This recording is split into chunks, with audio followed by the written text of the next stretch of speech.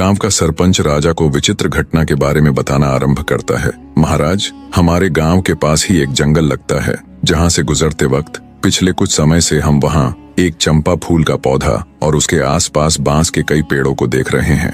पर महाराज, विचित्र बात तो ये है कि उन पौधों को किसी गांव वाले ने नहीं उगाया, बल्कि वो खुद ही वहां उग आए हैं। और उससे भी विचित्र बात है, उन पौधों की उगने की बनावट। उन्हें देखकर बिल्कुल ऐसा लगता है महाराज, जैसे वो बांस के पौधे खास तौर पर उस चंपा के पौधे की सुरक्षा के लिए ही लगाए गए हों। ग्राम प्रधान की बात सुन राजा बोल पड़ा, तुम ये क्या कथा सुना रहे हो भाई? मेरी तो कुछ समझ में नहीं आ रहा। और इसमें ऐसी हैरान कर देने वाली आखिर क्या बात है? पौधे ही तो हैं, उग आए होंगे किसी भी तरह।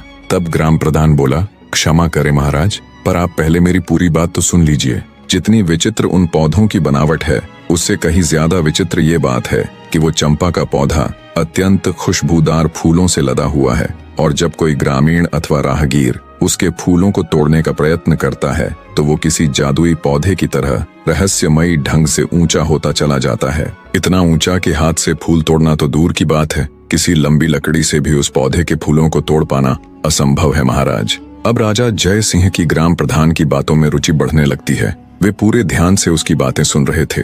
आगे गांव का सरपंच बोला, और महाराज, सबसे विचित्र और हैरान कर देने वाली बात तो ये है कि वे पौधे आपस में किसी मानव की तरह बात करते हैं। ग्राम प्रधान की ये बात सुन कुछ देर पहले जो राजा उसकी बातों को हल्के में ले रहा था, अब वो चौंक कर बैठ जाता है कि पौधे आपस में बातें करते हैं, और वो भी बिल्कुल मनुष्य की तरह बोलकर। राजा के साथ साथ पूरा राज दरबार विस्मय से भर जाता है। सभी चौंक कर एक दूसरे का मुंह ताक रहे थे। राजा जय सिंह हैरानी से ग्राम प्रधान से कहता है, ऐसे कैसे हो सकता है कि पौधे आदमियों की तरह बात करें?